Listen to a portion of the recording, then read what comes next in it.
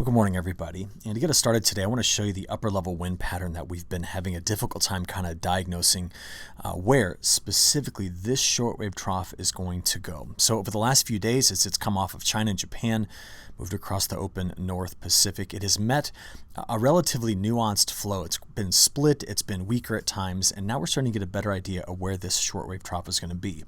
By tonight, this will already be over the Pacific Northwest, so it's moving very quickly. And we're going to watch it then dive down into Texas. It's actually going to become cut off from the main flow of the jet stream, which is hanging out way up here, which is going to allow it to sit and spin over Texas for a while. This means out ahead of it, we're going to draw some moisture out of the Gulf that's going to spread to the east before this low finally pulls out into the Ohio River Valley and New England, now about 2 days later than initially anticipated. The good news is that the models are finally in agreement over this. So I'm going to just show you the European model, but let you know that it's very representative of what the GFS is showing right now. So there's a lead wave coming into British Columbia today. This is this morning. And by tonight, that short wave has pushed into the backside of it, reinforcing the lift over the mountains. That's why you see some good snow here in parts of the northern Rockies in British Columbia, into very northern Idaho, and this section of Washington. There'll be rain spreading throughout parts like the Willamette Valley, possibly into the Columbia Basin as well, but certainly in coastal Washington. Now that low seems to, it kind of looks like it just fades, right, as it spreads some snow over the northern Rockies. But what's actually going on right now is there's a what we call a wave break event. So the jet stream's trying to run over the top of it while this cutoff low dives down here. And by the nature of it, a cutoff low is cut off from the main flow. So it just tends to sit wherever it arrives and spin and takes a long time to move. So here we are at 6 p.m. on Wednesday evening. The low is spreading snow out of southern Montana into parts of Wyoming. Could be some heavy snow right in through here early in the morning on Thanksgiving. And then some light snow throughout Colorado, but the low is still yet to fully form down here on Thursday, 6 a.m. But it is beginning to draw moisture, so there's going to be some heavier rain in this area. We then see that by Thursday noon and getting into the evening hours, the low is just now starting to really take shape right in through here. So out ahead of it, this is all just moisture transport out of the Gulf. So from Thursday night into Friday early morning, Friday at 6 a.m., Friday at noon, that's when the low will draw in its deepest kind of reservoir of cold air, possibly producing some very heavy snow. We'll take a closer look at this in a few moments, coming out of New Mexico into the Texas Panhandle, while rain spreads to the east. Did you see that? Then the low just sits and spins on Friday through Saturday morning, and then finally starts to move out Saturday evening and spreading rain through the eastern Corn Belt by Sunday morning. This then finishes throughout New England by Sunday afternoon and evening. And while all that's occurring, another low has really just sunk south out of the Gulf of Alaska along the British Columbia coast into the Pacific Northwest. Now, this second system we're going to keep an eye on here could be spreading some snow. There's actually going to be an Arctic front that comes in right in through here that could be spreading some snow in parts of the Canadian Prairie and maybe into the western northern plains here. But what we do have after this is another system that dives into the west. And this one could be important for spreading snow into parts of Oregon, California, and Nevada, while a very weak, almost like Clipper-like system sneaks in behind this on Monday. Now, that's just the beginning. There's actually another system we're watching as that low comes out of the Four Corner States, really the Great Basin here, next Tuesday and Wednesday, and maybe spreads just like that. I'll rock back and forth on it Tuesday and Wednesday. And there could be another system that follows it. But I'll tell you something, given how subtle these features are, don't take this with a big grain of salt. We need to watch it carefully. So why don't we go with what we think we know at this point about this pattern, and we're going to pick up right here with what the European model is doing on precip. So there's the system entering the northwest, some scattered rain out ahead of it down here. And as we watch it by Thursday morning, moving through the spine of the Rockies, drawing the moisture out ahead of it, it becomes fully established by probably Thursday night here. Now watch the rain spread out ahead of this low. This is all out ahead of it, while some of that moisture gets curled around the back over the Red River Valley of the South, and some of this is going to be snow. But it won't be until we get into late Saturday and then into Sunday that rain spreads farther to the north and east. Now, who doesn't get this precipitation over the next 7 days? Let's just park it out there at 7 days. This misses the harder winter wheat belt, most of it. It misses the northern plains. We have to wait to get a system into California out of this, and the desert Southwest stays drier. But this is a lot of rain over the lower Mississippi River Basin, and a lot of that's going to filter in and really improve the river basin levels here from maybe southern Illinois all the way down to the Gulf.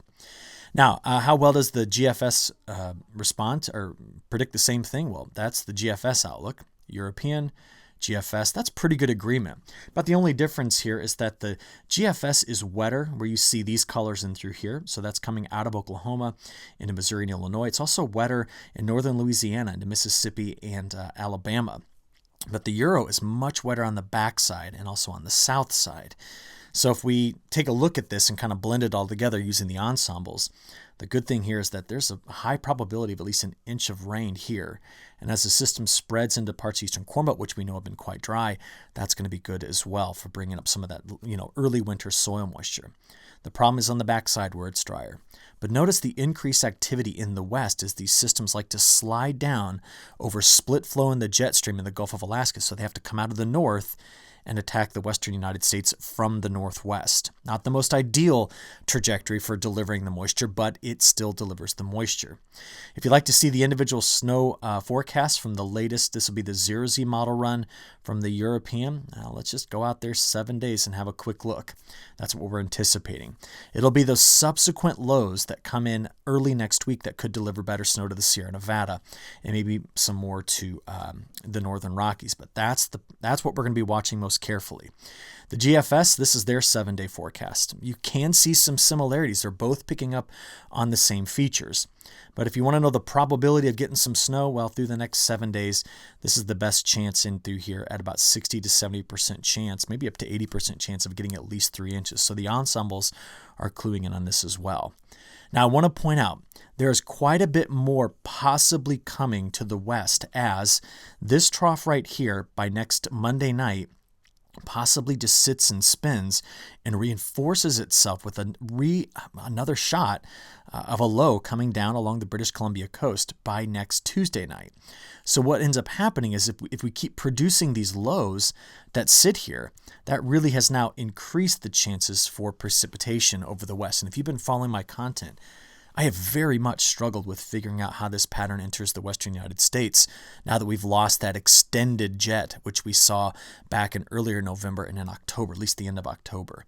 So what you've got here is the week 1 precipitation anomalies from the European and the week 2 from the European model. And this has been the biggest change right in through here. All of that due to the deepening of the trough in the western United States. Now, what does this do to temperatures? Well, let's go take a look at today's highs. Very mild for this time of year across the midsection of the country. Quite cold compared to normal down south. But look at the warm-up that's still here along the west coast and right in the middle part of the country. That's Wednesday. Now, Thursday's the trick. As I talked about last night, I knew the models had overdone the temperatures here, and now we can see that. They're now cooler like we anticipated. That's when the low is taking shape. And as it moves out here on Friday and starts to spread, these high temperatures are going to be very difficult to forecast with that snow, and it could mean a pretty rapid melt. But this really shows you what split flow does.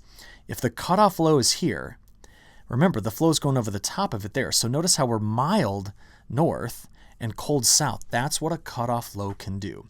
Well, it moves toward the Ohio River Valley on Saturday into Sunday, and more mild conditions come in, which means if there is snow here, it's going to melt relatively quickly by the time we get through this weekend. But I want to show you where the cold air is beginning to build as we finish finish November and start December. It is once again starting to build here. And that's a storehouse of cold air that often gets just unleashed across the United States, which is why we continue to see the risk of cold conditions in December. It's not meaning every day is going to be cold. It just means if we keep building up big reservoirs of cold air, all the atmosphere has to do is just dislodge a ridge over Alaska or punch the Pacific jet through, and that comes out. So let's be on the lookout for that as we go forward. In today's report, I do cover again, like I did last night, the new long-range outlook for December, getting into early January. We also talk a lot about what's going on with La Nina. There's a whole special section in there about La Nina. And also we'll finish that report talking about South America, which over the next 10 days continues to show dry signals. for a large area of their growing region. So from southern Mato Grosso into Mato Grosso do Sul, down here into Paraguay, and a big chunk of Argentina, which has struggled with drought. There seems to be rain pretty far to the south, but that kind of misses some of the main ag belts of Argentina. We also put in there the new 30-day outlook from December 5th to January 5th in today's report. So hopefully I gave you kind of a lot to chew on there. I appreciate your attention, and we'll talk again tomorrow on Wednesday. That'll be my last report this week until after the Thanksgiving holiday. So we'll talk again in the morning. Thanks.